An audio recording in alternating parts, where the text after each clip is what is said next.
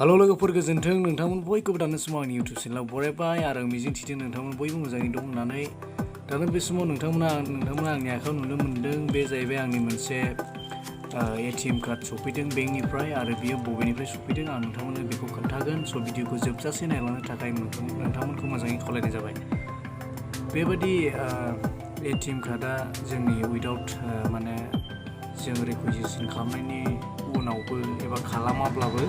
बेबादि माखासे ATMफ्रा सफैयो आरो बियो मबाइलनिफ्राय सफैयो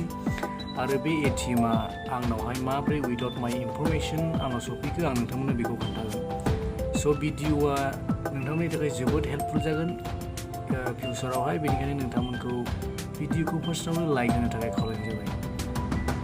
स' बे ATMखौहाय आङो माब्लाबाबो एप्लाइ खालामाखै लोगोफोर गोसोआव ला नैबे ATMआ आंनि आसाम ग्रामीण बिकास बेंकनिफ्राय फैदों आरो बे आंनि एक्जिस्टिं मोनसे ATM दंखायो बे बेंकनि स' बे ATMखौहाय आङो गाव एप्लाइ खालामाखै बियो फैदों जाहैबाय नोंथांमोना गोसोआव ला मोनसे आंनि आङो जेखौ आङो नुबाय आं नोंथांमोननो बेखौ खोन्थानो सानदों स' बेबायदि नोंथांमोननि गेजेरावबो जानो हागौ नोंथांमोननि सायावबो बेबायदि फ्रड जानो हागौ नोंथांमोनखौबो बेबायदि माने नोंथांमोननि आखायावबो बेबायदि ATM सफैयोब्ला मा खालामनांगौ आरो बेखौ माबादि बाहायनांगौ आं नोंथांमोननो बेखौ खोन्थागोन स' बेवहाय फार्स्टआवनो जाहैबाय बे आसाम ग्रामीण बिकास बेंकनिफ्राय फैदों आंनि बे ATMआ आरो बेबायदिनो गुबुन गुबुन बेंकनिफ्राबो बेबायदिनो ATM कार्ड सफैयो उइदाउट इयर इनफरमेसन नों एप्लाइ खालामाब्लाबो बेबायदि सफैगोन स' बियो बबेनिफ्राय सफैयो बियो सफैयो जाहैबाय फ्रडुलेन्टफोरनिफ्राय जायफ्रा सिखावफोर हेकार्सफोर जायफ्रा नोंथांनि एकाउन्टआव नोजोर होग्रा गाज्रि नोजोर होग्रा नोंथांनि एकाउन्टनि फैसाखौ लांदां खालामनो सानग्रा बेबादि सिखावफ्रा बेबादि नोंथाङा एप्लाइ खालामाब्लाबो मा खालामो नोंथांनो बेबायदि नोंथांनि इनफरमेसनखौहाय बिथांमोना सार्भारनिफ्राय हेक खालामनानै खावनानैहाय नोंथांनि इनफरमेसनखौ बिथाङा खावो आरो नोंथांनि एड्रेस नोंथांनि मबाइल नाम्बार नोंथांनि बेंक डिटेल्स गासैखौबो बिथांमोना बख'जोबो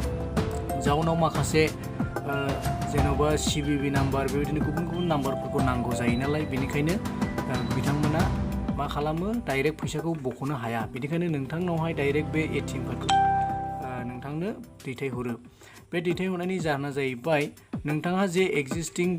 ATM कार्ड दं सिगांनि जे ATM एक्जिस्टिं दङ बे ATM कार्डआ नोंथांनो माने खामानि होनाया बन्द' जागोन एबा बे नोंनि जे एक्जिस्टिं ATM कार्ड दङ बियो माने बांद्राय इउसफुल जानाय नङा एबा खायसेया टटेलि बेखौहाय बिसोरो बन्द' खालामनानै होगोन जेन' नोंथाङा नैबे दानि जे कारेन्ट आंनि आखायाव सफैनाय ATM बेखौ आङो जेन' बाहायनो बाध्यता जायो स' नोंथांनि नामावहाय मोजांथारै फैगोन माने नामाबो आंनि कारेक्ट एड्रेसाबो कारेक्ट आरो पिन नाम्बार मबाइल नाम्बार गासिबो कारेक्ट फैजोबगोन आरो बेनि उनावहाय मा जागोन ATMफ्राबो एकदमबारे सेम टु सेम फैगोन बेबायदि सेम टु सेम फैगोन ओमफ्राय बेबायदि माने ATMनि माने गासिबो लुक्सफ्रा माने गासिबो एखे जाजोबगोन नोंथांमोनखौहाय थगायनो ओरैबायदि मोनसे मोजांथार डिजाइन खालामनानै नोंथांनो हरगोन बे ATMखौहाय बेनि उनावहाय मा खालामगोन जेब्ला नोंथाङा बेखौ थांनानै ATM मेसिनाव नङाब्ला बेंकआवहाय बेखौ नोंथाङा एक्टिभेट खालामगोन नङा होमबा 4 डिजिट माबा खालामनो थाखाय मा होनो पिन नाम्बार इस्यु खालामनो थाखाय एबा जेनेरेट खालामनो थाखाय नोंथाङा बेंकआवहाय एबा ATMआवहाय नोंथाङा मा खालामो बे ATMखौ एक्टिभेट खालामगोन जेब्लानो नोंथाङा बे ATMखौ एक्टिभेट खालामगोन मा जागोन नोंथांनि एकाउन्टनि गासैबो रांफ्रा बे सिखावनि आखायाव थांजोबगोन नोंथाङा बे ATMखौ एक्टिभेट खालामनाय लोगो लोगो नोंथांनि एकाउन्टआव जेसेबांनाखि रां दं बे राङा गासैबो बे सिखावनि आखायाव थांजोबगोन स' बिनिखायनो आं नोंथांमोनखौ खावलायनो साननाय जाहैबाय सांग्रां जा नोंथांमोननि आखायाव बायसान्सआव उइदाउट नोंथाङा एप्लाइ खालामामारैनो बेबायदि जुदि ATM कार्ड फैयोब्ला बेखौहाय फार्दार डिटेल्सनि थाखाय नोंथाङा नोंथांनि बेंकआव थांनानै मेनेजारजों रायलायग्रो बेखौथ' आं एप्लाइ खालामाखै बबेनिफ्राय फैखो मोजां इनफरमेसन लाग्रो जुदि बेंकआ गावसोर हरदोंब्ला बेंकआ गावसोर खोन्थाखागोन आरो जुदि हराखैब्ला बेखौथ' जों मिथिया होनना बुंगोन आरो जुदि बिथांमोना बेखौ इगनर खालामोब्ला नोंथांमोना बे ATM कार्डखौ सावनानै गारनायानो मोजां मानोना बियो सिखावनिफ्राय फैनायसो स' बेनिखायनो नोंथांमोना बेखौहाय बिराद सांग्रां जानाया मोजां। बेबायदि जुदि ATM कार्ड नोंथांमोननि आखायाव उइदाउट योर रिकुइजिसन नोंथांनि आखायाव जुदि फैयोब्ला लोगोफोर नोंथांमोना माब्लाबाबो बेबायदि ATM खौ एप्लाइ दाखालाम। मानोना आंनि सासे न'नि मानसि बिनि आखायावबो बेबायदिनो स्टेट बेंकनिफ्राय मोनसे ATM फैदोंमोन। बे ATM फैनायनि उनावहाय बिथाङा आङो बादा होदोंमोन बिथांखौ बियो फ्रडनिफ्रायसो फैयो बेखौहाय नोङो एक्टिभ दाखालाम। नाथाय बिथाङा मानियाखिसै। बिथाङा थांबाय बेंकआव थांनानै बेखौ एक्टिभ खालामबाय। एक्टिभ खालामनाय लोगो लोगो बिनि 14,000 फैसाया 1 सेकेन्डआवनो लांदां। बेनिखायनो नोंथांमोनाबो साबधान जा बेबायदि सिखावफोरनिफ्राय। बेबायदि सिखावफ्रा नोंथांमोननि एकाउन्टआव नोजोर होनानै थायो।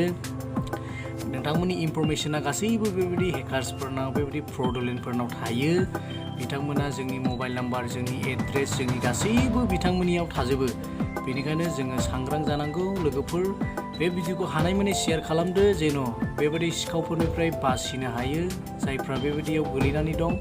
नोंथांमोननि आखायाव बायसान्सआव उइदाउट नोंथाङा बिहरनाय एबा नोंथांनि रिकुइजिसननि एगेन्स्टआव जुदि बेबायदि ATM कार्ड फैयोब्ला